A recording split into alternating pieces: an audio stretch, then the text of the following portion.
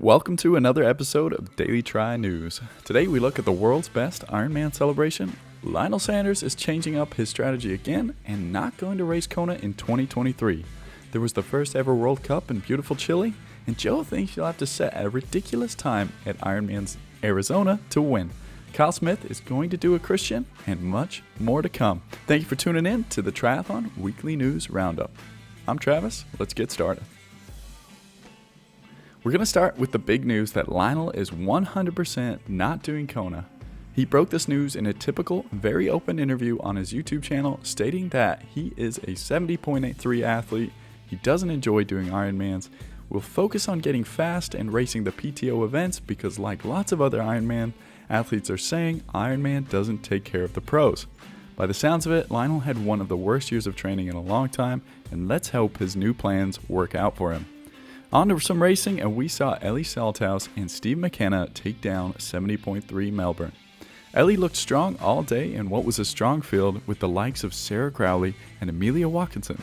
She really shined brightest on the run, taking the victory comfortable in 4 hours and 3 minutes. On the men's side, it looked like it would be the Noosa winner, Charlie Quinn, who would take down the win, but in the late stages of the race, Steve McKenna stormed a victory, posting a 1:09 run split.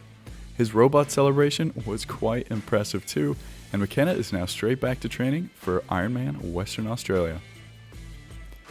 World Triathlon went to Chile for the first time to race the World Cup, where it was a beautiful day for some fast racing. It was a sprint distance race that came down to the run, where the 29-year-old David Castro took the win, and hometown hero Diego Moya took second, and Jawad Abdamullah from Morocco took third.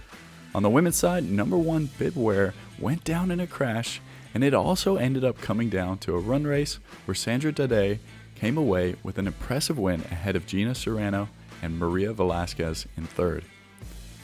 Moving on to the upcoming race in Ironman Arizona next weekend, where Joe Skipper has gone on record to say that the winner will most likely have to go under 7 hours and 30 minutes to win the race.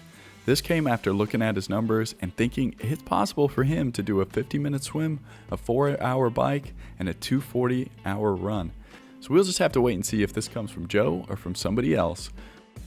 One of the favorites, Cameron Worth, is now off that list, but he's still on for Ironman Israel the following week.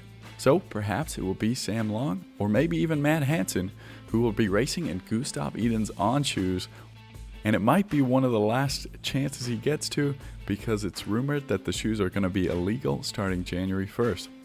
Ironman Arizona will be on Ironman Now and kicks off at 6:40 local time. On to some other news, and everyone is eagerly awaiting PTO's announcement for their 2 races next year.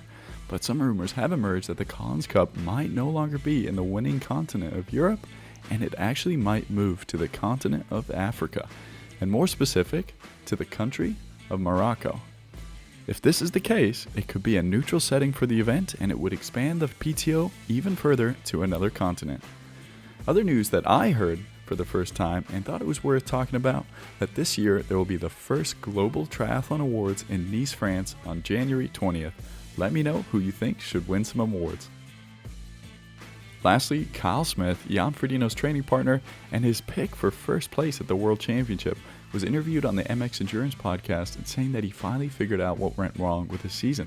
He found out that he's had a virus in his blood for months that was COVID-like, and explains the reason for his poor performances and why he struggled with his breathing. With this news, Kyle has decided to focus on the shorter stuff next year and aims to try and represent New Zealand alongside Hayden Wilde at the 2024 Olympics in Paris. I can't wait to see Kyle 2.0 in 2023.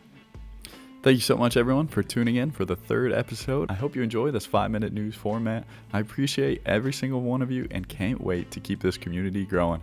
If you like it, please subscribe and give the video a like. If you want to make sure this channel continues and grows, head over to the Buy Me a Coffee membership, where you can become a member for $1 a month and help support me and the channel and unlock some incentives, including a chance this month to win a Morton starter pack thanks to thefeed.com. All right, we'll see you tomorrow for the next one. Have a good one.